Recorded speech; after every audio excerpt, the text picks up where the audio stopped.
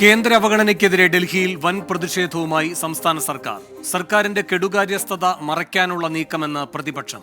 നരേന്ദ്രമോദി സർക്കാരിനെതിരെ കരിമ്പത്രം പുറത്തിറക്കി കോൺഗ്രസ്. PV അൻവറിന്റെ കക്കാടംപൊയിലിലെ പാർക്കിന് ലൈസൻസ് പുതുക്കി നൽകി കൂടരഞ്ഞി പഞ്ചായത്ത്. പാകിസ്ഥാനിൽ വോട്ടെടുപ്പ് പുരോഗമിക്കുന്നു. ഈ ദിവസത്തെ സജീവമാക്കിയ വാർത്തകൾ ഏറെയാണ്. സ്വാഗതം ഇന്ന് സംഭവിച്ചതിലേക്ക്.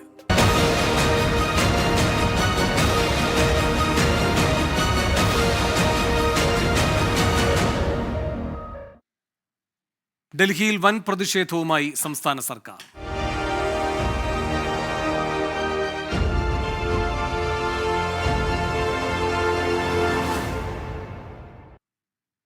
ഡൽഹിയിൽ കേന്ദ്ര നയങ്ങൾക്കെതിരെ സമര പോർമുഖം തുറന്ന് സംസ്ഥാന സർക്കാർ. ജന്തർ മന്ദറിൽ നടന്ന പ്രതിഷേധത്തിൽ മുഖ്യമന്ത്രിക്കൊപ്പം സംസ്ഥാന മന്ത്രിസഭയും ഭരണപക്ഷ MLA-മാരും MP-മാരും അണിചേർന്നു. കേരളത്തിന്റെ നേട്ടങ്ങൾ എണ്ണിപ്പറഞ്ഞ മുഖ്യമന്ത്രി കേന്ദ്ര സർക്കാർ നയങ്ങളെ രൂക്ഷമായ ഭാഷയിൽ വിമർശിച്ചു.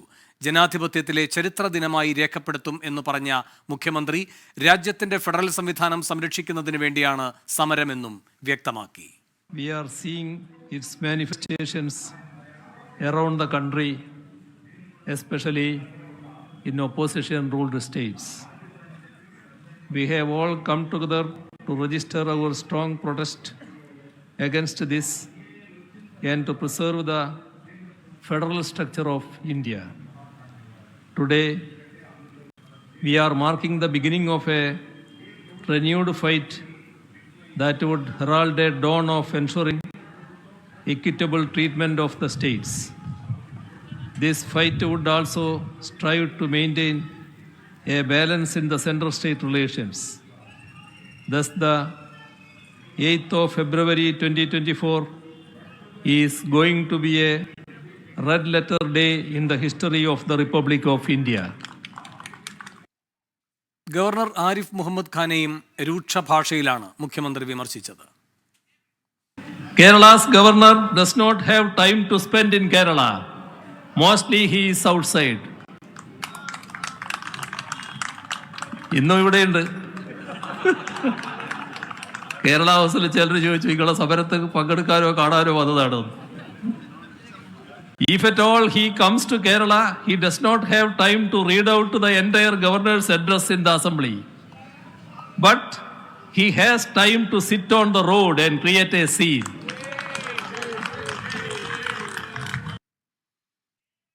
കേന്ദ്രത്തിനെതിരെ പ്രതിപക്ഷ കക്ഷികളുടെ ഐക്യവേദിയായി സംസ്ഥാന സർക്കാരിന്റെ ഡൽഹി പ്രതിഷേധം. കേരള സർക്കാരിന് പിന്തുണ അറിയിച്ച് മുഖ്യമന്ത്രിമാരായ അരവിന്ദ് കെജ്രിവാളും ഭഗവന്ത് മന്നും തമിഴ്നാട് മന്ത്രി പഴനിവേൽ ത്യാഗരാജനും ജന്തർ മന്ദറിലെത്തി.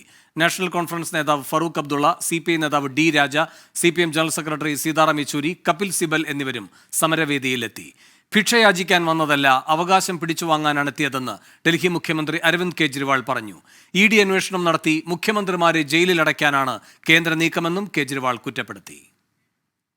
और ये तो किसी को भी कर दे, कल मुझे पकड़ के जेल में डाल देंगे, विजयन साहब को पकड़ के जेल में डाल देंगे, स्टालिन साहब को पकड़ के जेल में डाल देंगे, सीतारामैया साहब को पकड़ के जेल में डाल देंगे, सुखविंदर जी को, किसी भी को भी पकड़ के जेल में डाल देंगे और सरकार गिरा देंगे.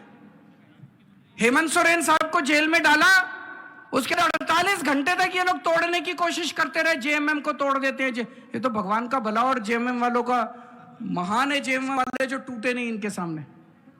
तो ये अब ये किसी भी को भी पकड़ के जेल में डाल देंगे, उसकी सरकार तोड़ देंगे और फिर अपनी सरकार बना लेंगे. ये क्या चल रहा है इस देश के अंदर? What we need to do in the opposition is to really unite, to fight the forces who are dividing us in every way. Otherwise, India is from Jammu and Kashmir to right down to Tamil Nadu, from Maharashtra all the way to Tripura. That is what India is. Multiple languages, multiple religions, multiple cultures. That is what makes India beautiful. കൂടുതൽ വിവരങ്ങളുമായി R രാധാകൃഷ്ണനും Balram നെടുങ്ങാടിയും ചേരുന്നു. ആദ്യം R രാധാകൃഷ്ണനിലേക്ക്. Radhakrishnan, എത്രത്തോളം ശക്തമായ കേന്ദ്രവിരുദ്ധ സമരത്തിനാണ് ഇന്ന് ജന്തർ മന്ദർ സാക്ഷ്യം വഹിച്ചത്? മുഖ്യമന്ത്രി എന്തൊക്കെ കാര്യങ്ങളാണ് പറഞ്ഞത്?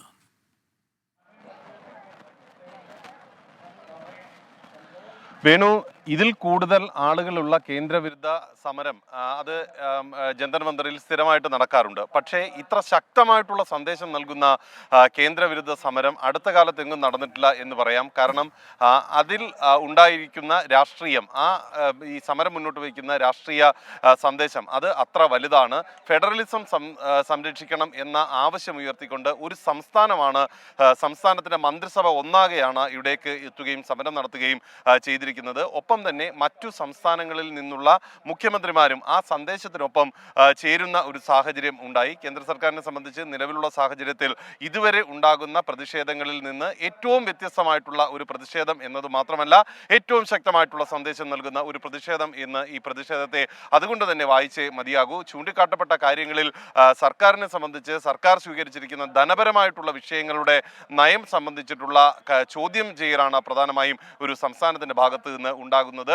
അർഹത ഇല്ലാത്ത ഒരു ചോദ്യമല്ല തങ്ങൾ ചോദിക്കുന്നത് എന്ന മുഖവിരോധയോടുകൂടിയാണ് മുഖ്യമന്ത്രി അദ്ദേഹത്തിന്റെ നിലപാട് വ്യക്തമാക്കി തുടങ്ങിയത്. ഇതിൽ പറയുന്നത് പല സംസ്ഥാനങ്ങളോട് പല നീതിയാണ് കാണിക്കുന്നത് എന്നതാണ്. ഇത് ഒരു ഫെഡറൽ സംവിധാനം നിലനിൽക്കുന്ന ഒരു രാജ്യത്തെ സംബന്ധിച്ച് ആ രാജ്യത്തിന്റെ മുഖ്യമന്ത്രി ഒരു സംസ്ഥാനത്തിന്റെ മുഖ്യമന്ത്രി ഉന്നയിക്കുമ്പോൾ അത് കൂടുതൽ ഗൗരവവും അതീവ രാഷ്ട്രീയ പ്രാധാന്യം ഉള്ളതും ആകുന്നു. സർക്കാരിനെ വിമർശിച്ചു എന്നുള്ളത് മാത്രമല്ല, കേരളത്തെ പോലെയുള്ള പ്രതിപക്ഷം ഭരിക്കുന്ന സംസ്ഥാനങ്ങളിൽ അവിടെ സാമ്പത്തിക ഉപരോധം ഏർപ്പെടുത്തുവാനായിട്ടുള്ള ശ്രമമാണ് നടക്കുന്നത് എന്ന ഒരു വാദം കൂടി മുഖ്യമന്ത്രി മുന്നോട്ട് വെച്ചു. ഒരു രാജ്യത്തിന് മേൽ മറ്റൊരു രാജ്യം ഉപരോധം അല്ലെങ്കിൽ മറ്റു രാജ്യങ്ങൾ ഉപരോധം ഏർപ്പെടുത്തുന്നത് ഏറ്റവും അവസാനത്തെ ഉപാധി എന്ന രീതിയിലും അത്ര നിർദിഷ്ടമായിട്ടുള്ള പ്രവർത്തികൾ ചെയ്യുമ്പോഴും ആണ്. ആ രീതിയിലുള്ള ഒരു സമീപനം കേന്ദ്രം സംസ്ഥാനത്തോട് പുലർത്തുന്നു എന്ന് സ്ഥാപിക്കാൻ മുഖ്യമന്ത്രിക്ക് അദ്ദേഹത്തിന്റെ ആ വാക്കുകൾ കൊണ്ട് അദ്ദേഹം ശ്രമിക്കുന്ന ഒരു കാഴ്ചയാണ് നമുക്ക് കാണാനായി സാധിച്ചത്. ഈ യോഗത്തിൽ പങ്കെടുത്ത മുഖ്യമന്ത്രിക്കൊപ്പം പങ്കെടുത്ത ഡൽഹി മുഖ്യമന്ത്രിയാണെങ്കിലും പഞ്ചാബ് മുഖ്യമന്ത്രിയാണെങ്കിലും അദ്ദേഹത്തിന്റെ സന്ദേശങ്ങളെ പിൻപറ്റിക്കൊണ്ട് സംസാരിക്കുന്ന ഒരു കാഴ്ചയാണ് നമുക്ക് കാണാൻ സാധിച്ചത്. അതിൽ ഡൽഹി മുഖ്യമന്ത്രി അരവിന്ദ് കെജ്രിവാൾ ഈ സാമ്പത്തികമായിട്ടുള്ള വിഷയങ്ങൾക്ക് അപ്പുറത്ത് കേന്ദ്ര ഏജൻസികളുടെ ഇടപെടൽ കൂടി വിഷയമാക്കി ഉന്നയിച്ചു എന്നുള്ളതാണ് ഈ സമരത്തിന്റെ ഒരു പ്രാധാന്യം. മറ്റ് പ്രധാനപ്പെട്ട ഇന്നലെ കർണാടകയുടെ സമരം ഇവിടെ നടന്നിരുന്നു. ആ കർണാടകയുടെ സമരത്തിൽ കാണാത്ത പല കാഴ്ചകൾക്കും ഇന്നത്തെ സമരം വേദിയായി എന്നത് കൂടിയാണ് ഇതിൽ ഒരു പ്രധാന ഘടകമായിട്ട് ഉള്ളത്. ഇന്ത്യ മുന്നണി എന്ന രീതിയിലാണ് രാജ്യത്ത് പ്രതിപക്ഷ സഖ്യം ഇപ്പോൾ നിലകൊള്ളുന്നത്. ആ ഇന്ത്യ മുന്നണിയുടെ ഒരു നേർപരിച്ഛേദം ഇവിടേക്ക് എത്തുന്ന ഒരു കാഴ്ച, അതിന് ജന്തർ മന്ദർ സാക്ഷ്യം വഹിച്ചു എന്ന് പറയുമ്പോൾ കോൺഗ്രസ് ബഹിഷ്കരിച്ചിട്ടും രാജ്യത്തെ പ്രതിപക്ഷ പാർട്ടികളുടെ നേതൃത്വം ഈ വിധത്തിൽ ഇവിടെ ഒത്തുചേർന്നു എന്ന് പറയുമ്പോൾ അത് സംസ്ഥാന സർക്കാരിനെ സംബന്ധിച്ചും ഇടത് മുന്നണിയെ സംബന്ധിച്ചും CPM-നെ സംബന്ധിച്ചും അത് അവർ ശ്രമിച്ച ഒരു ദൗത്യത്തിന് അത് വിജയകരമാണ് എന്ന് പറയുകയാകും ഈ ഘട്ടത്തിൽ ഏറ്റവും ഉചിതം. വളരെ ശക്തമായിട്ടുള്ള ഭാഷയിൽ സംസാരിച്ച മുഖ്യമന്ത്രി ഗവർണർ അടക്കമുള്ളവരെയും വിമർശിച്ചു. വേണു ആർ രാധാകൃഷ്ണനാണ് വിശദാംശങ്ങൾ നൽകിയത്. ഡൽഹിയിൽ നിന്ന് സാക്ഷ്യം വഹിച്ചത് ശക്തമായ കേന്ദ്രവിരുദ്ധ പ്രക്ഷോഭത്തിനാണ്. കേരള മന്ത്രിസഭ ഒന്നടങ്കമാണ് അതിന് നേതൃത്വം നൽകിയത്. മുഖ്യമന്ത്രി ശക്തമായ വിമർശനമാണ് കേന്ദ്ര സർക്കാരിന്റെ കേരള വിരുദ്ധ സാമ്പത്തിക നയങ്ങളുമായി ബന്ധപ്പെട്ട് ഉന്നയിച്ചത്. കേരളം സാമ്പത്തിക ഉപരോധം നേരിടുന്നു എന്നതടക്കമുള്ള ശക്തമായ വിമർശനമാണ് മുഖ്യമന്ത്രി മുന്നോട്ട് വെച്ചത്. അതേസമയം തന്നെ ഇന്ത്യ മുന്നണിയിലെ പ്രധാനപ്പെട്ട നേതാക്കന്മാരെ അണിനിരത്താൻ കഴിഞ്ഞു എന്ന രാഷ്ട്രീയ വിജയം കൂടി ഈ പ്രതിഷേധ സമരത്തിന്റെ സവിശേഷതയായിട്ടുണ്ട്. ബൽറാം നെടുങ്ങാടിയും ചേരുന്നു വിവരങ്ങളുമായി.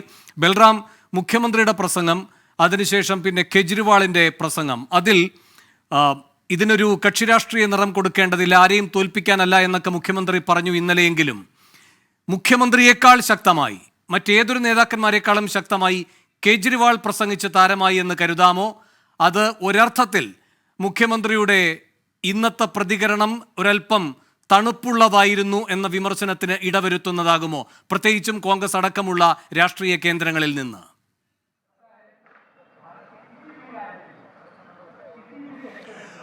വേണു, മുഖ്യമന്ത്രി പിണറായി വിജയൻ ഇന്നലെ കേരള ഹൗസിലെ വാർത്താ സമ്മേളനത്തിൽ കേന്ദ്ര സർക്കാരിനെതിരെ യഥാർത്ഥത്തിൽ ഒരു കുറ്റപത്രമാണ് നിവർത്തിയത്. 45 മിനിറ്റ് നീണ്ട വാർത്താ സമ്മേളനത്തിൽ വളരെ ശക്തമായ ഭാഷയിൽ കേന്ദ്രത്തിനെതിരെ കടുത്ത വാക്കുകളിൽ അദ്ദേഹം വിമർശനങ്ങൾ ഉന്നയിച്ചിരുന്നു. കണക്കുകൾ നിരത്തി തന്നെയാണ് ഈ വിമർശനങ്ങൾ ഉന്നയിച്ചത്. ഈ ഘട്ടത്തിൽ അദ്ദേഹം ഉപയോഗിച്ച ഭാഷയുടെ മൂർച്ച ഇന്ന് ജന്തർ മന്ദറിലെ പ്രസംഗവേദിയിൽ ഉണ്ടായിരുന്നില്ല എന്നുള്ളത് യാഥാർത്ഥ്യമാണ്. കേരള ഹൗസിൽ ഹൗസിലെ വാർത്താ സമ്മേളനത്തിൽ നിരത്തിയ കണക്കുകൾ അദ്ദേഹം ഇന്ന് ആവർത്തിച്ചു. ഒപ്പം ഈ കേന്ദ്രത്തിനെതിരായ വിമർശനമുണ്ടായിരുന്നു എങ്കിൽ പോലും കഴിഞ്ഞ ദിവസം ഉപയോഗിച്ച ആ മൂർച്ച വാക്കുകൾക്ക് ഇല്ലായിരുന്നു. എന്നാൽ ഡൽഹി മുഖ്യമന്ത്രി അരവിന്ദ് കെജ്രിവാളിനെ സംബന്ധിച്ചിടത്തോളം അദ്ദേഹം ഈ കാര്യങ്ങൾ എല്ലാം തന്നെ എടുത്തു പറഞ്ഞു. മുഖ്യമന്ത്രി പിണറായി വിജയൻ ചൂണ്ടിക്കാണിച്ച സാമ്പത്തിക ഉപരോധത്തിന് സമാനമായ നടപടികൾ കേന്ദ്ര സർക്കാരിന്റെ ഭാഗത്തു നിന്ന് ഉണ്ടാകുന്നതിനൊപ്പം തന്നെയാണ് പ്രതിപക്ഷം ഒറ്റക്കെട്ടായി ഉന്നയിക്കുന്ന ഒരു വിഷയമാണ് കേന്ദ്ര ഏജൻസികളെ ദുരുപയോഗം ചെയ്യൽ എന്നുള്ളത്. അത് വ്യാപകമായി നടക്കുന്നു. തെരഞ്ഞെടുപ്പ് പോലും ലക്ഷ്യം വെച്ചുകൊണ്ട് അത്തരത്തിലുള്ള നീക്കങ്ങൾ ഉണ്ടാകുന്നു. താൻ നാളെ അറസ്റ്റ് ചെയ്യപ്പെട്ടേക്കാം, മുഖ്യമന്ത്രി പിണറായി വിജയൻ അറസ്റ്റ് ചെയ്യപ്പെട്ടേക്കാം, സീതാറാം യെച്ചൂരിക്ക് അറസ്റ്റ് ചെയ്യപ്പെട്ടേക്കാം. ഇത്തരത്തിൽ നേതാക്കൾ ഓരോരുത്തരുടെയും പേരെടുത്ത് പറയുകയും ഈ അടുത്തിടെ ജാർഖണ്ഡിലുണ്ടായ ഹേമന്ത് സോറനെതിരായ നടപടികളടക്കം അദ്ദേഹം പരാമർശിക്കുകയുമുണ്ടായി. ശക്തമായ ഭാഷയിൽ തന്നെയാണ് ഡൽഹി മുഖ്യമന്ത്രി അരവിന്ദ് കെജ്രിവാൾ ഈ വേദിയിൽ സംസാരിച്ചത്. അതേസമയം മുഖ്യമന്ത്രി പിണറായി വിജയൻ എല്ലാ വിശദാംശങ്ങളും തന്റെ പ്രസംഗത്തിൽ ഉൾപ്പെടുത്തി. ഒപ്പം തന്നെ കേരളത്തിന് അടിയന്തര സാഹചര്യം ഉണ്ടായ ഘട്ടത്തിൽ ഏറ്റവും കൂടുതൽ അവഗണന കേന്ദ്രത്തിന്റെ ഭാഗത്തു നിന്നുണ്ടായി എന്നും വിദേശങ്ങളിൽ നിന്ന് ലഭിക്കേണ്ട സഹായം പോലും മുടക്കി എന്നുമുള്ള ആരോപണവും മുഖ്യമന്ത്രി ഉന്നയിച്ചിട്ടുണ്ട്. സർക്കാരിനെ സംബന്ധിച്ചിടത്തോളം ഇത് ദേശീയ തലത്തിൽ ഒരു വേദിയായി ഉയർത്തിക്കൊണ്ടുവരിക എന്നുള്ളത് തന്നെയാണ് ഉദ്ദേശിച്ചത്. അത് ഏതാണ്ട് പൂർണ്ണമായും തന്നെ സഫലീകരിക്കാൻ ഈ ഡൽഹിയിലെ സമരത്തിലൂടെ കഴിഞ്ഞിരിക്കുന്നു. കോൺഗ്രസ് ഒഴികെ മറ്റെല്ലാ പാർട്ടികളുടെയും പ്രാതിനിധ്യം, ഇന്ത്യ മുന്നണിയിലെ മറ്റ് പാർട്ടികളുടെ എല്ലാം പ്രാതിനിധ്യം ഉറപ്പിക്കാനും ഈ പ്രതിഷേധത്തിന് കഴിഞ്ഞു എന്നുള്ളതും യാഥാർത്ഥ്യമാണ്. ഇതിൽ ഒരു സന്ദേശം കേന്ദ്ര സർക്കാരിനെതിരെ ലക്ഷ്യം വെച്ച ഒരു ഉദ്ദേശം കൃത്യമായി തന്നെ പാലിക്കാൻ കഴിഞ്ഞു. പ്രതിപക്ഷ പാർട്ടികൾ ഒറ്റക്കെട്ടായി തന്നെ കേന്ദ്ര സർക്കാരിന്റെ ഈ നയങ്ങളെ ചെറുത്തു തോൽപ്പിക്കും എന്നും സർക്കാരിന് മേലുള്ള സമ്മർദ്ദം ഇത്തരത്തിൽ ഈ NDA സർക്കാരുകളോടും മറ്റ് പ്രതിപക്ഷ സർക്കാരുകളോടും കാണിക്കുന്ന ഈ വിവേചനം തുറന്നു കാണിച്ച് അത് ജനങ്ങൾക്ക് മുന്നിൽ പ്രചരണമാക്കുന്നതിനൊപ്പം സംസ്ഥാന സർക്കാരുകളുടെ പ്രാദേശികമായ പാർട്ടികളുടേത് അടക്കമുള്ള ഒരു കൂട്ടായ്മ കേന്ദ്ര സർക്കാരിനെതിരെ രൂപീകരിക്കുക എന്നുമുള്ള ഒരു നീക്കത്തിനു കൂടിയാണ് ഈ ഒരു സമരത്തിലൂടെ കേരളം ശ്രമിച്ചിരിക്കുന്നത്, സംസ്ഥാന സർക്കാർ ശ്രമിച്ചിരിക്കുന്നത്. കഴിഞ്ഞ ദിവസം കർണാടക സമാനമായ വിഷയങ്ങൾ ഉന്നയിച്ചെങ്കിൽ പോലും മറ്റ് സംസ്ഥാനങ്ങളെ ക്ഷണിച്ചിരുന്നില്ല. എന്നാൽ കേരളം ആദ്യം തന്നെ ഈ കാര്യത്തിലേക്ക് എല്ലാ സംസ്ഥാനങ്ങളെയും അറിയിപ്പ് നൽകി ഒരു വേദിയിലേക്ക് കൊണ്ടുവന്ന് ഇത് എല്ലാ പ്രതിപക്ഷ സംസ്ഥാനങ്ങളുടെയും ഒരു വിഷയത്തിലാണ് ഈ പ്രതിഷേധം എന്ന കൃത്യമായ ഒരു ചിത്രം ദേശീയ തലത്തിൽ നൽകുന്നതിൽ വലിയൊരു പരിധിവരെ വിജയിച്ചിരിക്കുന്നു. ശരി, ബൽറാം നെടുങ്ങാടിയും R രാധാകൃഷ്ണനുമാണ് വിശദാംശങ്ങളുമായി ചേർന്നത്. കേരളം ഉയർത്തിയ വിഷയത്തിൽ മറ്റ് സംസ്ഥാനങ്ങളിലെ മുഖ്യമന്ത്രിമാർ കൂടി പങ്കെടുത്തപ്പോൾ ചരിത്ര സമരമായി മാറിയെന്ന് മന്ത്രി മുഹമ്മദ് റിയാസ്. കേരളത്തിലെ കോൺഗ്രസ് നേതാക്കൾ പ്രസ്താവനകളിലൂടെ അപമാനിക്കുന്നത് കർണാടകയിലെ കോൺഗ്രസ് നേതാക്കളെയാണെന്നും മുഹമ്മദ് റിയാസ് കുറ്റപ്പെടുത്തി. ഇത് കക്ഷി രാഷ്ട്രീയ ഭേദമന്യേ എല്ലാവരും ഒന്നിക്കേണ്ട പ്രശ്നമാണ്.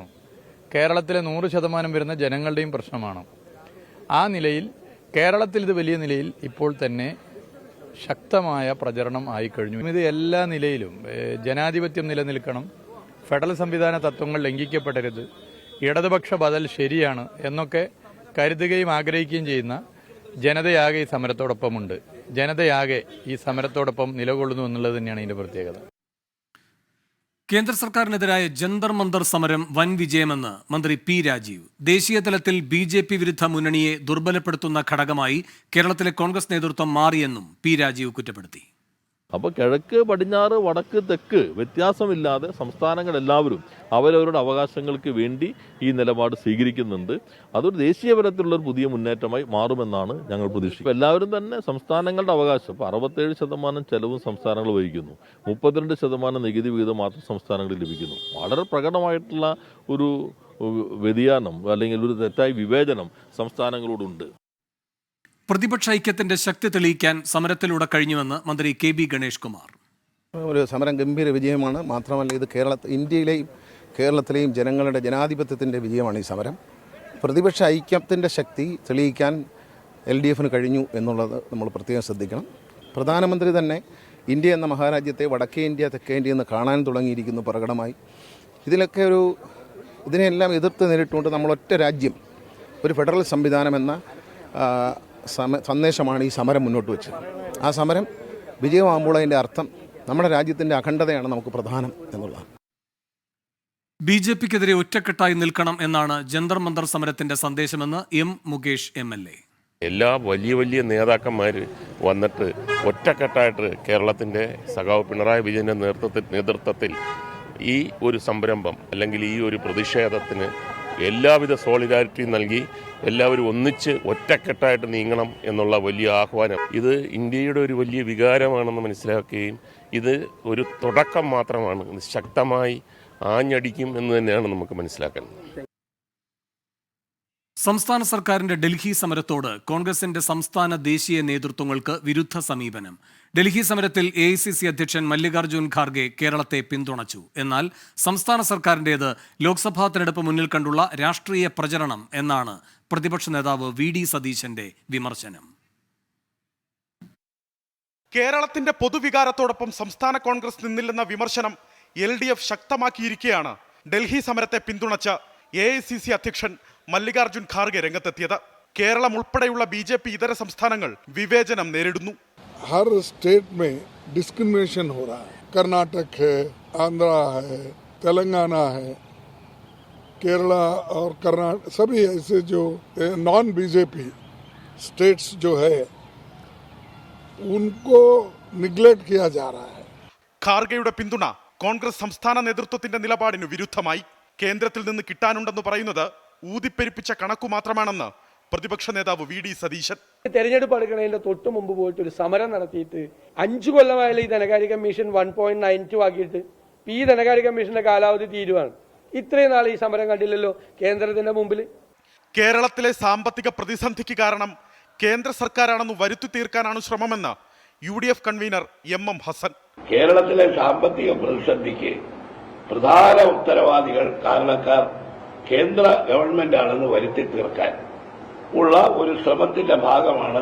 കർണാടക സർക്കാർ കഴിഞ്ഞ ദിവസം നടത്തിയ സമരം ന്യായമാണെന്നും കേരളത്തിന്റെ സമരവുമായി അതിനെ താരതമ്യം ചെയ്യരുതെന്നുമാണ് സംസ്ഥാന നേതൃത്വത്തിന്റെ നിലപാട്. 24 തിരുവനന്തപുരം. പ്രതിപക്ഷത്തെ വിശ്വാസത്തിലെടുക്കാതെയാണ് സംസ്ഥാന സർക്കാരിന്റെ സമരമെന്ന് RSP സംസ്ഥാന സെക്രട്ടറി ഷിബു ബേബി ജോൺ. തെരഞ്ഞെടുപ്പാണ് ലക്ഷ്യമെന്നും ഷിബു ബേബി ജോൺ 24-നോട് പറഞ്ഞു.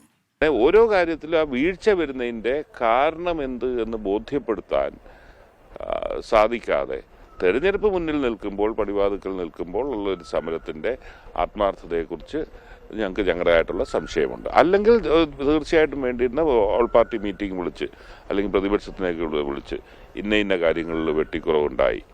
അതുകൊണ്ടാണ് കേരളത്തിൻ്റെ ആവശ്യങ്ങൾ അക്കമിട്ട് നിരത്തി പ്രതിപക്ഷത്തിൻ്റെ സഹകരണം തേടാൻ ഒരു ഘട്ടത്തിലും ഗവൺമെൻറ് ശ്രമിച്ചിട്ടില്ല. അവർക്കത് ആവശ്യവുമില്ല. അവരുടെ നെറേറ്റീവിൽ പ്രതിപക്ഷം സഹകരിക്കുന്നില്ല എന്ന് വരുത്തി തീർക്കാൻ തന്നെയാണ് ഈ പരിപാടി നടത്തുന്നത്. മോദി സർക്കാരിനെതിരെ കരിമ്പത്രം പുറത്തിറക്കി കോൺഗ്രസ്.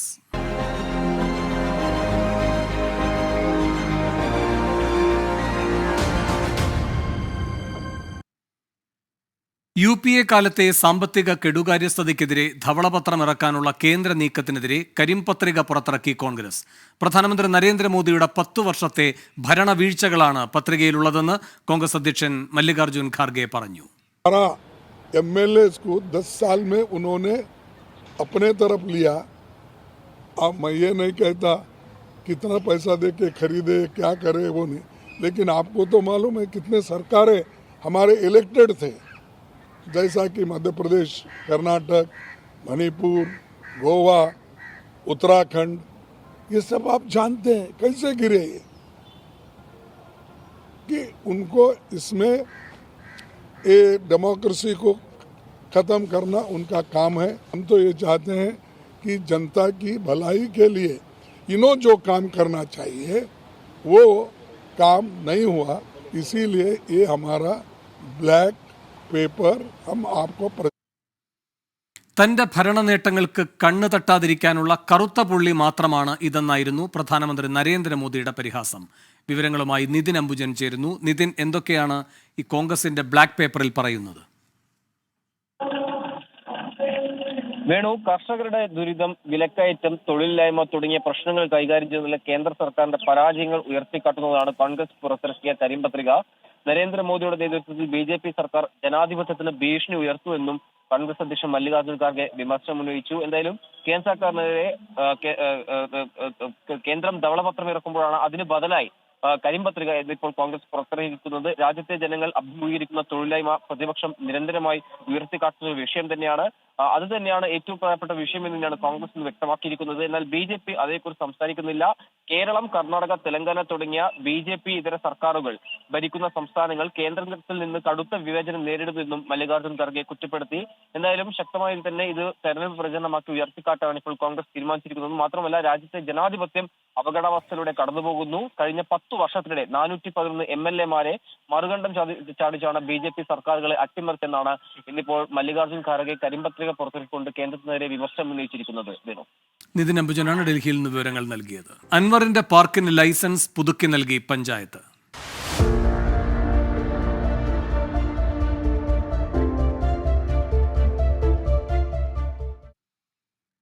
PV അൻവറിന്റെ കക്കാടം പൊയിലിലെ പാർക്കിൽ എന്തൊക്കെ പ്രവർത്തിപ്പിക്കാനാണ് അനുമതി നൽകിയതെന്ന് കൂടരഞ്ഞി പഞ്ചായത്തിനോട് ഹൈക്കോടതി.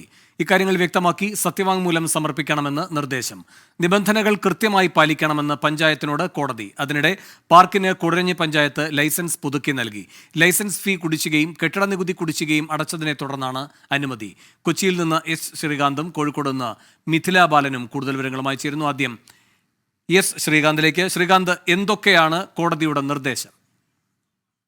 കോടതി മുൻപാകെ ഇന്ന് കേസ് എത്തിയപ്പോൾ ആദ്യത്തെ ചോദ്യം ഇതായിരുന്നു, ലൈസൻസ് സംബന്ധിച്ച വിവരങ്ങൾ, വിശദാംശങ്ങൾ അറിയിക്കാൻ കോടതി ചൂണ്ടിക്കാട്ടി. അപ്പോൾ കൂടരഞ്ഞി പഞ്ചായത്ത് സെക്രട്ടറിക്ക് വേണ്ടി ഹാജരായ അഭിഭാഷകൻ പറഞ്ഞത് ഈ ലൈസൻസ് നൽകിയിട്ടുണ്ട് എന്നുള്ളതാണ്.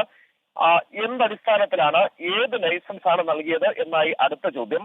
ആ ഘട്ടത്തിൽ പറഞ്ഞത് ഇവിടെ ഈ വിദ്യാർത്ഥികളുടെ കുട്ടികൾക്ക് വേണ്ടിയുള്ള പാർക്കിന് ഗാർഡൻ പ്രവർത്തിപ്പിക്കുന്നതിനുള്ള ലൈസൻസ് ആണ് നൽകിയത് എന്ന മറുപടി നൽകുകയും ചെയ്തു.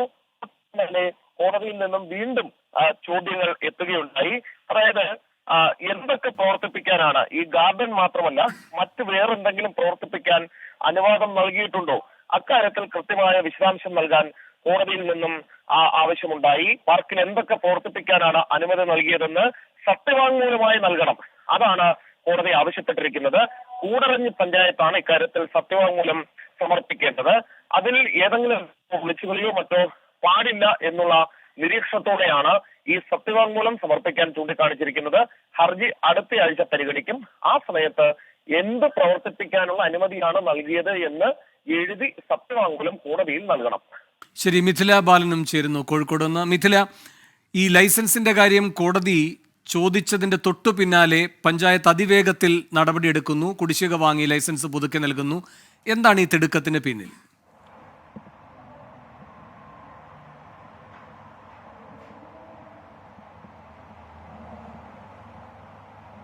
മിഥില, കേൾക്കാമോ? കഴിഞ്ഞ ദിവസമാണ് ഹൈക്കോടതി ഇതുമായി ബന്ധപ്പെട്ട ഈ ലൈസൻസ് അടക്കമുള്ള വിശദാംശങ്ങൾ ചോദിച്ചത്. തൊട്ടു പിന്നാലെ അതിവേഗത്തിൽ ഈ കുടിശ്ശിക വാങ്ങി ലൈസൻസ് പുതുക്കി നൽകുന്നു കൂടരഞ്ഞി പഞ്ചായത്ത്. ഈ തിടുക്കപ്പെട്ട നീക്കത്തിന്റെ പിന്നിലെ താല്പര്യം എന്താണ്? വേണു, 2018 ഒരു മണ്ണിടിച്ചിലിനെ തുടർന്ന് ഈ PV അൻവറിന്റെ ഉടമസ്ഥയുള്ള ഈ പാർക്കിന്റെ പ്രവർത്തനാനുമതി ജില്ലാ കളക്ടർ അനുമതി നിഷേധിച്ചത്. തുടർന്ന് 2023 വീണ്ടും പ്രവർത്തനാനുമതി സർക്കാർ നൽകുന്നു. അതിനുശേഷം ഇങ്ങോട്ട് 2018 മുതൽ 2023 വരെയുള്ള കുടിശ്ശിക അടച്ചിട്ടുണ്ടായിരുന്നില്ല. ഈ കുടിശ്ശിക അടയ്ക്കാത്തതും ചില സാങ്കേതിക പ്രശ്നങ്ങളെ തുടർന്നുമാണ് പാർക്കിന് പ്രവർത്തനാനുമതി നൽകാത്തതെന്ന വിശദീകരണമാണ് കൂടരഞ്ഞി പഞ്ചായത്ത് നൽകുന്നത്. അതേസമയം വേണു ചോദിച്ച ചോദ്യം ഏറ്റവും പ്രസക്തമാണ്. കാരണം ഇത്തരത്തിൽ ഹൈക്കോടതിയുടെ ഒരു പരാമർശം ഉണ്ടാവുന്നു, എന്തുകൊണ്ട് ഈ പാർക്ക് ലൈസൻസ് ഇല്ലാതെ പ്രവർത്തിച്ചു, അതെങ്ങനെ പ്രവർത്തിച്ചു എന്ന ഒരു ചോദ്യമായിരുന്നു ഉന്നയിച്ചിട്ടുണ്ടായിരുന്നത്. മാത്രമല്ല ഇതുമായി ബന്ധപ്പെട്ട് സർക്കാരിനോട് റിപ്പോർട്ട് ചോദിക്കുകയും ചെയ്തിട്ടുണ്ടായിരുന്നു. ഈ ഒരു പശ്ചാത്തലത്തിൽ കൂടിയാണ് വളരെ വേഗത്തിൽ ഇത്തരത്തിൽ ഈ ഒരു കുടിശ്ശിക തീർത്തുകൊണ്ട് 7 ലക്ഷം രൂപയും ഒപ്പം തന്നെ ലൈസൻസ് ഫീ ഉണ്ടായിരുന്ന 6000 രൂപയും അടച്ചുകൊണ്ട് വളരെ വേഗത്തിൽ ഈ ഒരു പുതുക്കുന്ന ഒരു നടപടിയിലേക്ക് കൂടരഞ്ഞി പഞ്ചായത്ത് കടന്നത്. ഇതുമായി ബന്ധപ്പെട്ട് പഞ്ചായത്ത് പ്രസിഡന്റിനോട് ചോദിച്ചിട്ടുണ്ടായിരുന്നു, ഇത്തരത്തിൽ കേസ് എടുക്കുന്ന ഒരു സാഹചര്യത്തിലാണോ വേഗത്തിലുള്ള ഒരു നടപടി എന്ന് ചോദിച്ചപ്പോൾ അദ്ദേഹം പറഞ്ഞ ഒരു മറുപടി, ഇതിൽ യാതൊരു തരത്തിലുള്ള തിടുക്കവുമില്ല. കോടതി കേസെടുത്തത് കൊണ്ടൊന്നുമല്ല, മറ്റ് അസ്വാഭാവികതയൊന്നും ഈ ഒരു സംഭവത്തിലില്ല. ഇപ്പോൾ കുടിശ്ശിക അടച്ചു, അതുകൊണ്ട് പാർക്കിന് പ്രവർത്തനാനുമതി നൽകുന്നു. അതേസമയം തന്നെ പാർക്കിന് പ്രവർത്തനാനുമതി നൽകുന്നു എന്ന് പറയുന്ന അതേസമയം തന്നെ ഇത്തരത്തിൽ കുട്ടികൾക്കുള്ള പാർക്ക് മാത്രമാണ് അവിടെ പ്രവർത്തനാനുമതി നൽകുന്നതെന്ന് എടുത്തു പറയുന്നുണ്ട്. കാരണം മറ്റ് റൈഡോ അല്ലെങ്കിൽ പൂളോ അത്തരം കാര്യങ്ങളൊന്നും, വൈദ്യുതി ഉപയോഗിച്ച് പ്രവർത്തിക്കുന്ന യന്ത്രങ്ങൾ ഉള്ള ഒരു വലിയ പാർക്കാണത്, അത്തരത്തിലുള്ള സംവിധാനങ്ങളൊന്നും അവിടെ പ്രവർത്തിക്കില്ല. അതേസമയം കുട്ടികൾക്ക് മറ്റ് പ്രശ്നങ്ങൾ ഉണ്ടാകാത്ത രീതിയിൽ പ്രവർത്തിക്കാനുള്ള പാർക്കുകൾ, അതായത് അവിടുത്തെ ഗാർഡൻ ഉൾപ്പെടെയുള്ള കാര്യങ്ങളായിരിക്കും പ്രവർത്തിക്കുക എന്നും പഞ്ചായത്ത് സെക്രട്ടറി പറയുകയുണ്ടായി. എന്തുതന്നെയായാലും തിടുക്കപ്പെട്ടുള്ള പഞ്ചായത്തിന്റെ ഒരു നീക്കത്തിന് പിന്നിൽ മറ്റു ചില മാനങ്ങൾ കൂടി കാണേണ്ടിയിരിക്കുന്നു. മിഥില ബാലനും എസ് ശ്രീകാന്തമാണ് വിശദാംശങ്ങളുമായി ചേർന്നത്. കോട്ടയം ആപ്പാഞ്ചിറയിൽ ഓടുന്ന ട്രെയിനിൽ നിന്നും യുവാവ് ചാടി. കൊല്ലം സ്വദേശിയായ അൻസറാണ് വേണാട് എക്സ്പ്രസിൽ നിന്നും പുറത്തേക്ക് ചാടിയത്. ഗുരുതര പരിക്കേറ്റ യുവാവ് കോട്ടയം മെഡിക്കൽ കോളേജ് ആശുപത്രിയിൽ ചികിത്സയിലാണ്.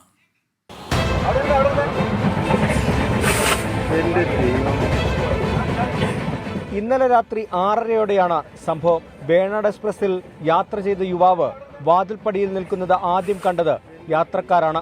പിന്നാലെ റെയിൽവേ പോലീസ് എത്തി. വാതിൽപ്പടിയിൽ നിന്ന് മാറി നിൽക്കാൻ പലതവണ ആവശ്യപ്പെട്ടിട്ടും കേട്ടില്ല. ആപ്പാഞ്ചിറ എത്തിയപ്പോൾ പുറത്തേക്ക് ചാടുകയായിരുന്നു.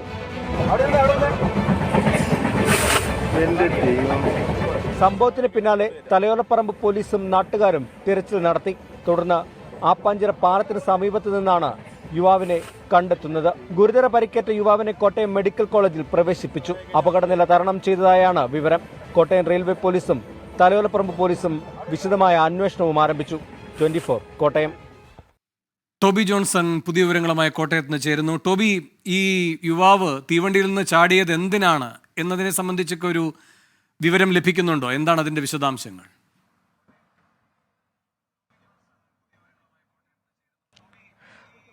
ഈ ചെറുപ്പക്കാരന് മാനസികമായി ചില പ്രശ്നങ്ങളുണ്ടോ എന്നൊരു സംശയം പോലീസിനുണ്ട് എന്നാണ് നമുക്കിപ്പോൾ മനസ്സിലാക്കാൻ സാധിക്കുന്നത്. കാരണം യാത്രക്കാരും റെയിൽവേ പോലീസും എല്ലാം ഈ പയ്യനോട്, യുവാവിനോട് ട്രെയിനിനുള്ളിലേക്ക് കയറണമെന്ന് പലതവണ ആവശ്യപ്പെട്ടിരുന്നു. ആദ്യമേ ഈ ട്രെയിനിന്റെ സ്റ്റെപ്പിലിരുന്ന് സിഗരറ്റ് വലിച്ചുകൊണ്ടിരിക്കുകയായിരുന്നു. അതിവേഗത്തിൽ പോകുന്ന ട്രെയിനിൽ ഇങ്ങനെയൊരു അപകടകരമായ രീതിയിൽ ഇരിക്കുന്നത് കണ്ടുകൊണ്ടാണ് യാത്രക്കാർ അകത്തേക്ക് കയറണമെന്ന് ആവശ്യപ്പെട്ടത്. പക്ഷേ കേട്ടില്ല. പിന്നീടാണ് റെയിൽവേ പോലീസ് ട്രെയിനിനുള്ളിലൂടെ അകത്ത് വന്ന് ഈ അകത്തോട്ട് കയറണമെന്ന് റെയിൽവേ പോലീസും ആവശ്യപ്പെടുന്നുണ്ട്. നമുക്ക് ആ ദൃശ്യങ്ങളിൽ അത് കാണാൻ സാധിക്കുന്നുണ്ട്. പക്ഷേ ഇതൊന്നും കേൾക്കാതെ ഈ ട്രെയിനിന്റെ വാതിലിലേക്ക്, സ്റ്റെപ്പിലേക്ക് ഇറങ്ങുന്ന ഒരു കാഴ്ചയാണ് നമുക്ക് കാണാൻ സാധിച്ചത്. തുടർന്ന് ഏറെ നേരത്തിന് ശേഷം ആപ്പാഞ്ചിറ എത്തുമ്പോൾ ഈ ട്രെയിനിൽ നിന്നും ഈ യുവാവ് ചാടുകയായിരുന്നു. ഗുരുതരമായി പരിക്കേറ്റ യുവാവിനെ മെഡിക്കൽ കോളേജിൽ പ്രവേശിപ്പിച്ചിട്ടുണ്ട്. എന്തായാലും നിലവിൽ പ്രശ്നങ്ങൾ, കാര്യമായിട്ടുള്ള കുഴപ്പങ്ങളൊന്നും തന്നെ യുവാവിനില്ല എന്നാണ് നമുക്കിപ്പോൾ അറിയാൻ സാധിക്കുന്നത്. ടോബി ജോൺസണാണ് കോട്ടയത്ത് നിന്ന് വിവരങ്ങൾ നൽകിയത്. ഇപ്പോൾ വരുന്നൊരു പ്രധാനപ്പെട്ട വാർത്തയിലേക്ക്. SFIU അന്വേഷണം സ്റ്റേ ചെയ്യണമെന്നാവശ്യപ്പെട്ട് എക്സാലോജിക്കിന്റെ ഹർജി നൽകിയത് കർണാടക ഹൈക്കോടതിയിൽ. എക്സാലോജിക്കിനെതിരായ അന്വേഷണം തടയണമെന്ന് ഹർജിയിൽ. MG പ്രതീഷ് തിരുവനന്തപുരത്ത് നിന്ന് കൂടുതൽ വിവരങ്ങളുമായി ചേരുന്നു. പ്രതീഷ്, KSIDCയുടെ ഹർജി കഴിഞ്ഞ ദിവസം കോടതി കാര്യമായി പരിഗണിച്ചില്ല. ഈ ഘട്ടത്തിൽ എക്സാലോജിക്ക് നിയമ നടപടിയിലേക്ക് പോകുന്നു. അതും എന്തുകൊണ്ട് കർണാടകയിൽ?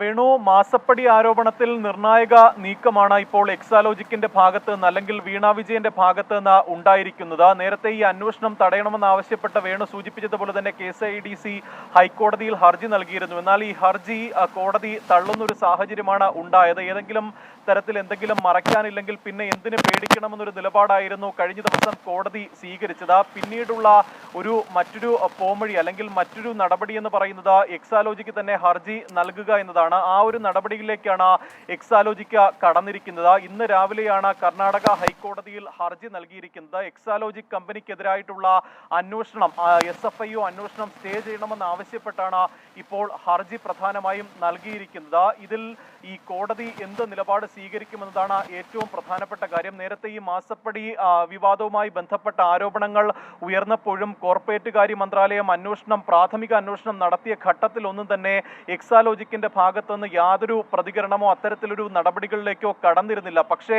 RFO റിപ്പോർട്ടിന് ശേഷം പിന്നീട് ഈ അന്വേഷണം SFIUക്ക് കൈമാറിയതിന് പിന്നാലെയാണ് എക്സാലോജിക്ക ഒരു നടപടിയിലേക്ക് അല്ലെങ്കിൽ നിയമപരമായി തന്നെ നീങ്ങാൻ തീരുമാനിച്ചിരിക്കുന്നത്. കാരണം അത്തരത്തിലൊരു അത്തരത്തിലൊരു ആശങ്ക നിലവിൽ വീണ വിജയനും എക്സാലോജിക് കമ്പനിക്കുമുണ്ട്. കാരണം കഴിഞ്ഞ ദിവസങ്ങൾ നടത്തിയ പരിശോധനയുടെ അടിസ്ഥാനത്തിൽ വീണ വിജയന് നോട്ടീസ് നൽകിക്കൊണ്ടുള്ള നടപടികളിലേക്ക് ഉൾപ്പെടെ കടക്കാനുള്ള ഒരു നീക്കത്തിലേക്ക് പോകുന്നു എന്നുള്ള സൂചന ലഭിച്ചിരുന്നു. ഇതിന്റെ കൂടി പശ്ചാത്തലത്തിലാണ് ഇപ്പോൾ നിയമപരമായി പോകാൻ എക്സാലോജിക്ക് തീരുമാനിച്ചിരിക്കുന്നത്. അതിന്റെ അടിസ്ഥാനത്തിലാണ് SFI അന്വേഷണം സ്റ്റേ ചെയ്യണമെന്നാവശ്യപ്പെട്ട കർണാടക ഹൈക്കോടതിയിൽ ഇപ്പോൾ ഹർജി നൽകിയിരിക്കുന്നത്. നേരത്തെ ഈ മാസപ്പടി വിവാദവുമായി ബന്ധപ്പെട്ട ആദ്യം കോർപ്പറേറ്റ് കാര്യ മന്ത്രാലയമാണ് പ്രാഥമികമായി അന്വേഷണം നടത്തിയത്. പിന്നീട് ഇതുമായി ബന്ധപ്പെട്ടുള്ള അന്വേഷണം കൂടുതൽ വിശദാംശങ്ങൾ തേടാൻ RFOയ്ക്ക് നിർദ്ദേശം നൽകിയിരുന്നു. അങ്ങനെ ബംഗളൂരു RFO അടക്കം അന്വേഷണം നൽകുകയും ഈ അന്വേഷണ റിപ്പോർട്ട് സമർപ്പിക്കുകയും ചെയ്തിട്ടുണ്ട്. പിന്നീട് ഈ അന്വേഷണ റിപ്പോർട്ടിലെ ഒരു വ്യാപ്തി കൂടി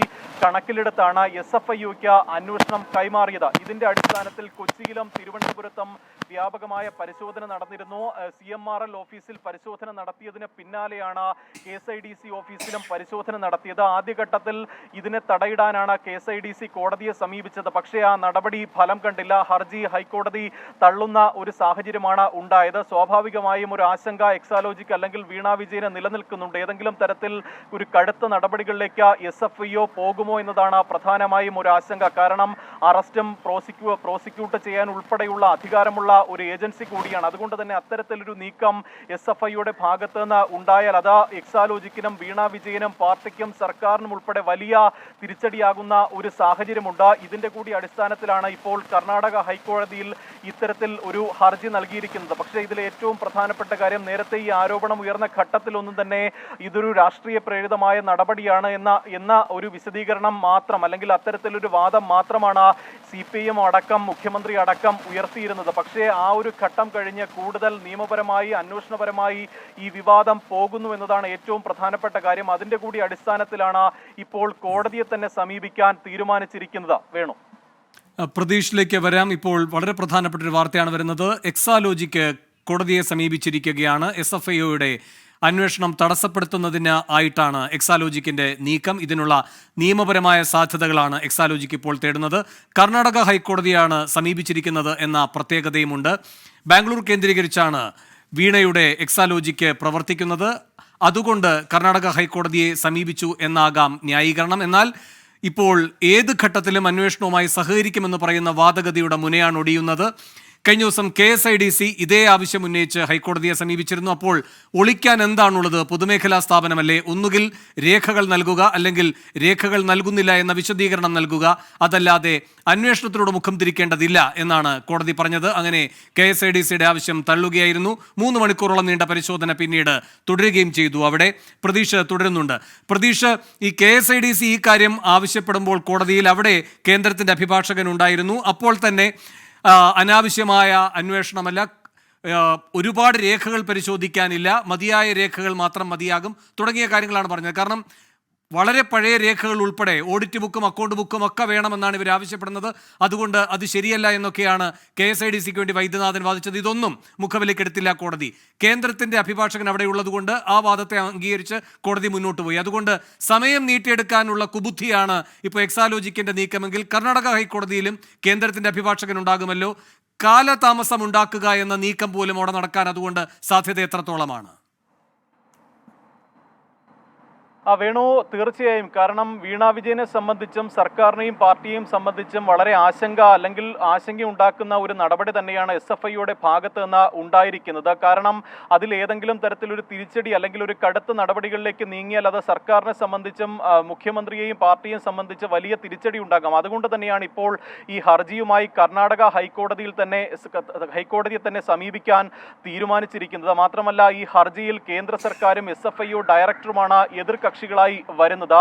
ഇതിൽ കോടതി എന്ത് നിലപാട് സ്വീകരിക്കും? കേരള ഹൈക്കോടതിയിൽ ഉണ്ടായിരുന്ന അതേ ഒരു നടപടി ആയിരിക്കുമോ, അല്ലെങ്കിൽ അത്തരത്തിലുള്ള നിലപാട് തന്നെയായിരിക്കുമോ കോടതിയുടെ ഭാഗത്ത് നിന്ന് ഉണ്ടാകുന്നത് എന്നത് വ്യക്തമല്ല. പക്ഷേ വേണു സൂചിപ്പിച്ചതുപോലെ തന്നെ ഈ അന്വേഷണവുമായി ബന്ധപ്പെട്ട്, അല്ലെങ്കിൽ ഈ അന്വേഷണം കുറച്ച് നീട്ടിവെക്കാൻ അടക്കം ഈ നിയമപരമായുള്ളൊരു നീക്കം സാധിക്കുമോ എന്നതായിരിക്കാം പ്രധാനമായും പരിശോധിച്ചുകൊണ്ട് ഇരിക്കുന്നത്. എന്തായാലും ഇതുവരെ ഉണ്ടാകാതിരുന്ന ഒരു നടപടിയാണ് ഇപ്പോൾ എക്സാലോജിക്കിന്റെ ഭാഗത്ത് നിന്ന് ഉണ്ടായിരിക്കുന്നത്. കാരണം ആരോപണം ഉയർന്ന ഘട്ടത്തിൽ ഉൾപ്പെടെ ഇതിനെ പ്രതിരോധിക്കുന്ന ഒരു നിലപാടായിരുന്നു CPM സ്വീകരിച്ചിരുന്നത്. രാഷ്ട്രീയപരമായ ആരോപണമെന്ന് മാത്രം അല്ലെങ്കിൽ അത്തരത്തിൽ മാത്രം ഒതുക്കിക്കൊണ്ട് മുഖ്യമന്ത്രിയുടെ കുടുംബത്തെ വേട്ടയാടാൻ ഉള്ള ആരോപണമെന്ന് മാത്രം ഒതുക്കിക്കൊണ്ടുള്ള ഒരു വാദമായിരുന്നു, ഒരു പ്രതിരോധമായിരുന്നു CPM നടത്തിയിരുന്നത്. പക്ഷേ പിന്നീട് ഈ അന്വേഷണം കോർപ്പറേറ്റ് കാര്യ മന്ത്രാലയത്തിലേക്ക് പോകുന്നു. പിന്നീട് വിശദമായ റിപ്പോർട്ട് ഇതുമായി ബന്ധപ്പെട്ട കേന്ദ്രത്തിന് കൈമാറുന്നു. ഒപ്പം SFIOയ്ക്ക് അന്വേഷണം വരുന്നു. ശരി, പ്രതീക്ഷയിലേക്ക് വരാം. ഇപ്പോൾ Shone George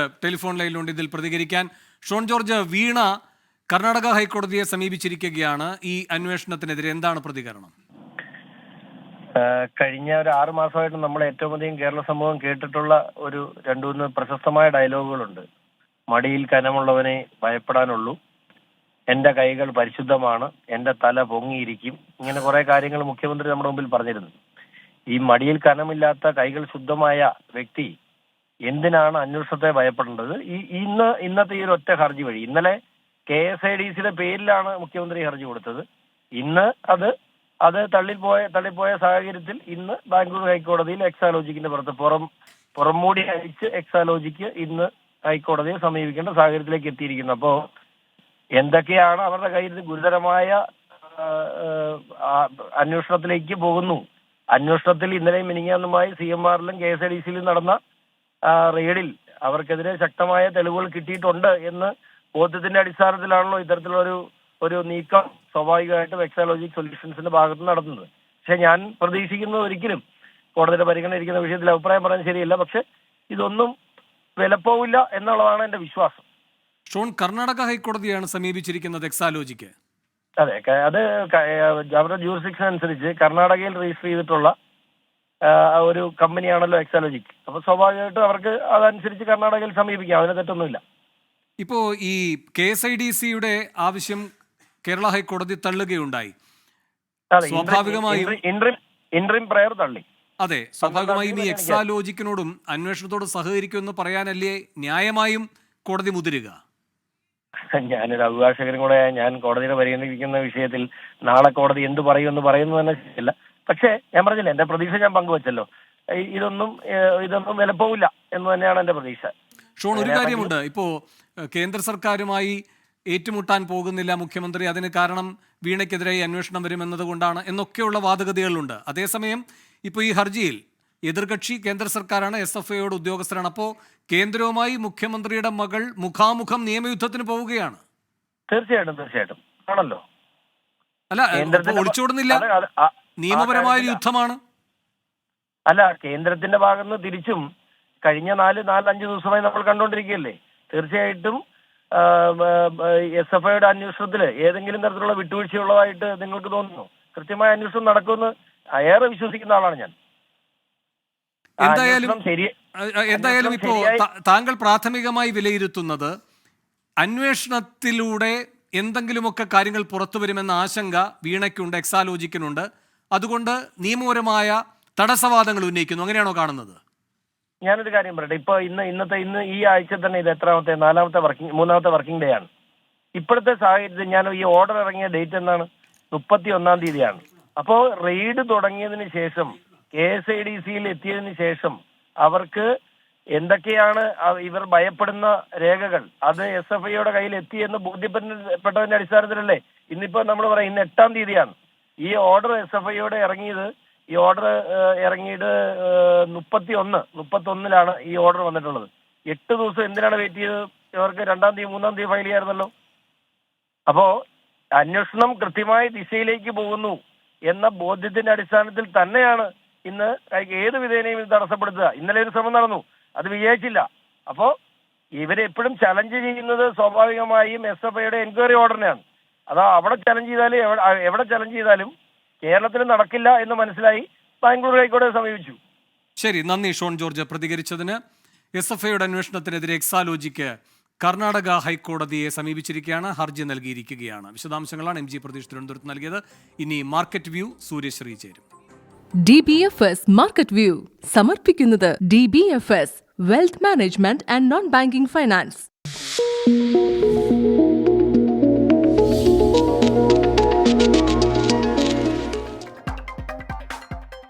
good evening. Market വ്യൂവിന്റെ ക്ലോസിംഗ് ബില്ലിലേക്ക് സ്വാഗതം. നോക്കാം ആദ്യം ബിസിനസ് ഹെഡ്ലൈൻസ്. സാമ്പത്തിക വർഷത്തിലെ അവസാന ധനനയ പ്രഖ്യാപനം തിരിച്ചടിയായി. പലിശ നിരക്ക് കുറയില്ലെന്ന സൂചനയിലിടിഞ്ഞ് ഇന്ത്യൻ ഓഹരി വിപണി. നഷ്ടത്തോടെ ക്ലോസ് ചെയ്ത സെൻസെക്സും നിഫ്റ്റിയും 1% താഴ്ന്ന് 71,428 പോയിന്റിൽ സെൻസെക്സും നിഫ്റ്റി 21,717 പോയിന്റിലും വ്യാപാരം അവസാനിപ്പിച്ചു. നിഫ്റ്റി ബാങ്ക് ഓഹരികൾക്ക് വൻ തകർച്ച. ഇന്ത്യൻ കിരാന സ്റ്റോറുകൾക്ക് പേടിഎമ്മിൽ വിശ്വാസം കുറഞ്ഞെന്ന കിരാന ക്ലബ് സർവേ റിപ്പോർട്ട്. പേടിഎമ്മിനെതിരായ RBI നിയന്ത്രണങ്ങൾ വന്ന ശേഷം 68% പലചരക്ക് വ്യാപാര സ്ഥാപനങ്ങളും പേടിഎം ഉപേക്ഷിച്ചെന്ന് കണക്കുകൾ. 42% വ്യാപാരികൾ മറ്റു പേയ്മെന്റ് ആപ്ലിക്കേഷനുകളിലേക്ക് മാറി. കൂടുതൽ പേരും മാറിയത് ഫോൺ പേയിലേക്ക്.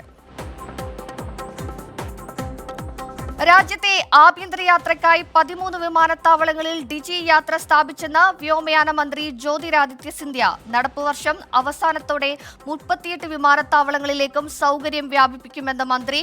കടലാസ് രഹിത യാത്രാ സൗകര്യങ്ങൾക്ക് ഡിജി യാത്ര സഹായിക്കുന്നുണ്ടെന്ന് സിന്ധ്യ. വമ്പൻ കരാറിലൊപ്പിട്ട് എയർബസും ഡൈനാമൈറ്റ് ടെക്നോളജി ലിമിറ്റഡും. നടപ്പുവർഷം എയർബസ് ഇന്ത്യയിൽ നിന്ന് $1.5 മില്യൺ മൂല്യമുള്ള വാങ്ങലിന് ധാരണ. A220 എല്ലാവിധ ഡോറുകളും ഇന്ത്യയിൽ നിർമ്മിക്കും. പെട്രോളിലെ എഥനോൾ മിശ്രണം വഴി സർക്കാരിന് 24,000 കോടി രൂപ ലാഭിക്കാനായെന്ന് കേന്ദ്രമന്ത്രി ഗജേന്ദ്ര സിംഗ് ഷെഖാവത്ത്. നേട്ടത്തിലേറിയ പങ്കും കരിമ്പ് കർഷകർക്ക് കൈമാറിയെന്നും ലോക്സഭയിൽ മന്ത്രി. നിലവിൽ എഥനോൾ മിശ്രണം 12% ഇത് 20% ലക്ഷ്യമെന്നും വിശദീകരണം. ഇനി മാർക്കറ്റ് അനാലിസിസിലേക്കാണ്. ഇന്നത്തെ ഏറ്റവും സുപ്രധാനമായ സാമ്പത്തിക വാർത്ത എന്നത് റിസർവ് ബാങ്ക് അവരുടെ ധനനയ അവലോകന യോഗം ഇന്ന് ചേർന്നു. പ്രഖ്യാപനമായിരുന്നു. അടിസ്ഥാന പലിശ നിരക്കുകളിലൊന്നും മാറ്റമില്ല. റിപ്പോ നിരക്ക് 6.5% തന്നെ തുടരും. വിലക്കയറ്റം പ്രഖ്യാപിത ഒരു എക്സ്പെക്ടേഷനായ 4% മുകളിൽ തന്നെ നിൽക്കുന്നതാണ്. അടിസ്ഥാന പലിശ നിരക്കുകളിൽ ഒന്നും തന്നെ റിസർവ് ബാങ്ക് മാറ്റമില്ലാതെ തുടരുന്നത്. റിപ്പോ നിരക്ക് 6.5% തന്നെ തുടരും. ഒരു പക്ഷേ ഇന്ത്യൻ ഓഹരി വിപണിയെ സംബന്ധിച്ച് ഇതാണ് ഏറ്റവും കൂടുതൽ ഇന്ന് സ്വാധീനിച്ചിട്ടുണ്ട്. ഇന്ത്യൻ ബെഞ്ച് മാർക്ക് സൂചികളെല്ലാം തന്നെ നഷ്ടത്തിലാണ് ഇന്ന് വ്യാപാരം അവസാനിപ്പിച്ചിരിക്കുന്നത്. ഇനി നിഫ്റ്റിയിലേക്ക് വരികയാണെങ്കിൽ നാഷണൽ സ്റ്റോക്ക് എക്സ്ചേഞ്ചിന്റെ സൂചികയായ നിഫ്റ്റി ഇന്ന് 21,717 പോയിന്റിലാണ് വ്യാപാരം അവസാനിപ്പിച്ചിരിക്കുന്നത്. 212 പോയിന്റ് ഇടിവിൽ 21,717 നിഫ്റ്റി വ്യാപാരം അവസാനിപ്പിച്ചിരിക്കുന്നത്. ഇന്ത്യൻ ഓഹരി വിപണിയിൽ ഒരു ബ്ലഡ് ബാത്ത് എന്ന് തന്നെ പറയാം. വലിയൊരു തകർച്ചയാണ് ഇന്ന് RBIയുടെ ഒരു ധനനയ പ്രഖ്യാപനത്തിന് ശേഷം ഉണ്ടായത്.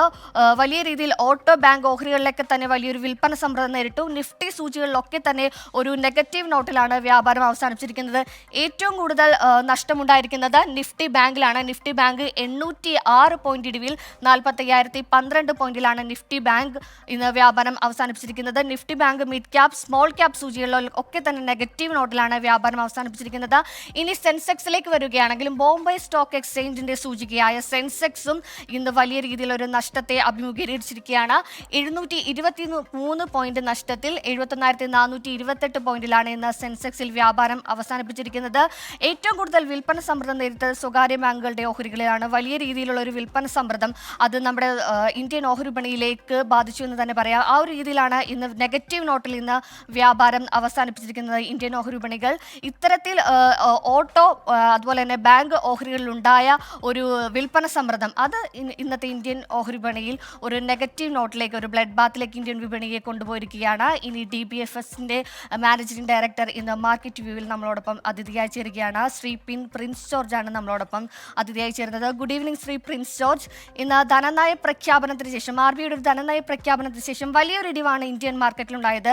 ബാങ്ക് ഓഹരികളിലെ ഓട്ടോ ഓഹരികളിലേക്ക് ഉണ്ടായ ഒരു വിൽപ്പന സമ്മർദ്ദമാണ് ഇത്തരത്തിലൊരു ഇടിവിന് കാരണം. ഇനി നാളെ ഏത് രീതിയിൽ ഈ ഒരു ട്രെൻഡ് തന്നെ വിപണിയിൽ തുടരുമോ? Good evening Suryasree. ഇന്നത്തെ ഒരു മാർക്കറ്റ് എന്ന് പറഞ്ഞാൽ ഒരു ക്ലാസിക്കലായിട്ട് അതായത് നമ്മളൊരു ഇവന്റ് റിസർവ് ബാങ്കിന്റെ മോണിറ്ററി പോളിസി അനൗൺസ്മെന്റിന്റെ ഒരു ഇവന്റിന് മാർക്കറ്റ് 2 ദിവസമായിട്ട് പ്രിപ്പയർ ചെയ്തുകൊണ്ടിരിക്കുകയായിരുന്നു. ഇന്ന് രാവിലെ തന്നെ മാർക്കറ്റിൽ അതിനെപ്പറ്റി ചെറിയ പ്രതീക്ഷകൾ ഉണ്ടായിരുന്നു. ഇൻട്രസ്റ്റ് റേറ്റ് കട്ട് ചെയ്യുമെന്നല്ല, എങ്കിലും ഇൻട്രസ്റ്റ് റേറ്റ് കട്ട് ചെയ്യുന്നതിനെ പറ്റിയുള്ള ഒരു സൂചനകൾ ഈ പോളിസിയിൽ ഉണ്ടാകുമെന്നുള്ള ഒരു ഹോപ്പ് മാർക്കറ്റിനുണ്ടായിരുന്നു. അതുകൊണ്ട് തന്നെ മാർക്കറ്റ് പോസിറ്റീവായിട്ട് ഓപ്പൺ ചെയ്തു. എന്നാൽ പോളിസി അനൗൺസ്മെന്റിന് ശേഷം സമീപകാലത്ത്, അതായത് ഈ പോളിസിയിലോ ഇനി ഏപ്രിൽ വരെയുള്ള സമയത്തോ ഇൻട്രസ്റ്റ് റേറ്റ് കട്ട് ചെയ്യാനുള്ള ചാൻസ് ഇല്ല എന്നുള്ള ഒരു സൂചനയാണ് പ്രസ് കോൺഫറൻസിലും മറ്റുമൊക്കെ റിസർവ് ബാങ്ക് ഗവർണർ പറഞ്ഞത്. അതോടെ മാർക്കറ്റിന്റെ ഹോപ്പ് നഷ്ടപ്പെട്ട് മാർക്കറ്റ് സെല്ലിങ്ങിലേക്ക് പോയി.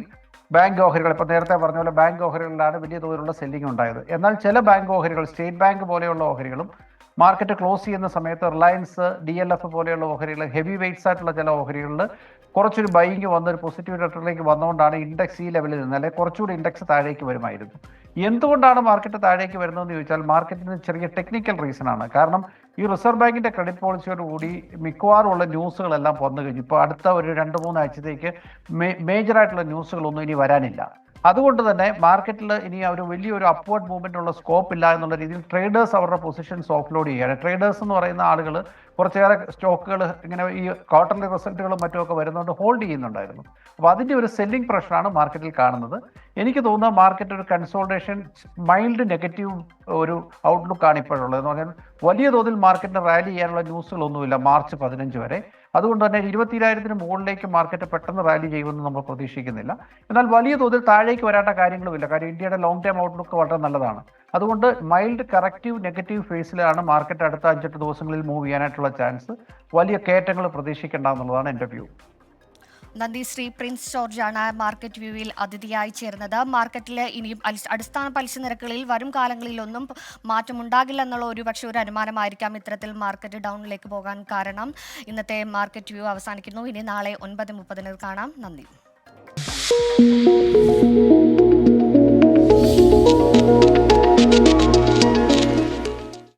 DBFS മാർക്കറ്റ് വ്യൂ സമർപ്പിക്കുന്നത് DBFS wealth management and non banking finance. ഇന്ന് സംഭവിച്ചത് തുടരുന്നു. ഇപ്പോൾ AK ബാലൻ മാധ്യമങ്ങളെ കാണുകയാണ്. അതിലേക്ക് ബന്ധപ്പെട്ടുകൊണ്ടുള്ളതാണ്. അതിൽ ഈ പ്രശ്നമില്ല. പിന്നെ എങ്ങനെയാ interview settlement board prosecution immunity കൊടുത്തത് കേസെടുക്കേണ്ടത് എന്തായിരുന്നു? ഇതെന്താ നിങ്ങൾ ചോദിക്കാതിരുന്നത്? ഈ കേസ് ബഹുമാനപ്പെട്ട ഇന്റർവ്യൂ സെറ്റിൽമെന്റ് ബോർഡിന്റെ മുമ്പാകെ വന്ന സമയത്ത് 2 കാര്യങ്ങൾ അവർ തീരുമാനിച്ചല്ലോ. ഒന്ന്, ഇവരുടെ പേരിൽ പ്രോസിക്യൂഷൻ നടപടി എടുക്കണ്ട. 2, ഇവർ തന്നിട്ടുള്ള എക്സ്പെൻഡിച്ചർ ജെന്യൂൻ എക്സ്പെൻഡിച്ചറാണ്, അതുകൊണ്ട് ഞങ്ങൾക്ക് യാതൊരു സംശയവും ഇല്ല എന്ന് പറഞ്ഞുകൊണ്ട് ഇൻകം ടാക്സ് എക്സംപ്ഷൻ കൊടുത്തല്ലോ. അന്നേരം എന്താ ചോദിക്കാതിരുന്നത് നിങ്ങൾ? ആ സമയത്ത് ഈ ഏജൻസികൾ എന്തുകൊണ്ടെന്ന് രംഗത്ത് വന്ന് ഇംപ്ലീഡ് ചെയ്തില്ല? അതിന് ആർക്കാ പേടി? ഞങ്ങൾക്ക് പേടിക്ക, ഞങ്ങൾക്ക് ആകെ